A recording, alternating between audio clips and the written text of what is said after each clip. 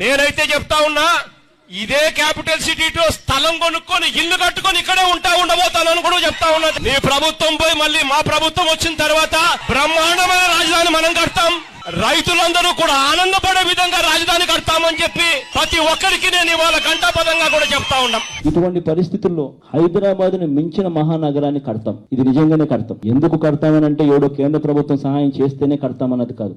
ఏ కేంద్ర ప్రభుత్వం సహాయం చేసినా చేయకపోయినా కూడా కడతాం. ఎలా కడతామన్నది మా బుర్రలో నుంచి వస్తున్న ఆలోచనల నుంచి కడతాం. ఒకటైతే చెప్తున్నా, ఏ క్యాపిటల్ అయినా కూడా రాష్ట్రానికి మధ్యలో ఉండాలి.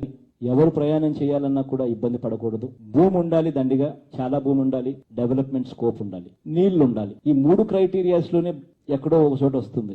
Krishna and Guntur come up with a location what has at least 30,000 acres of land. Then it would make some sense. This is what we're asking. We're saying that please ensure that it is right in the middle of the state. రేపొద్దున ఈ రాజధాని కట్టాలన్నా, రేపొద్దున ఇక్కడ ఏదైనా మంచి జరగాలన్నా అది ఒక్క వైఎస్ఆర్ కాంగ్రెస్ పార్టీ వల్లనే జరుగుతుందని మాత్రం గట్టిగా చెప్తా ఉన్నాం.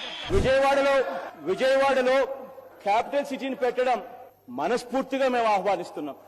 ఎస్, కట్టబోయే నగరంలో గార్డెన్ సిటీని తీసుకొస్తాం. లంగ్ స్పేస్ ని క్రియేట్ చేస్తాం.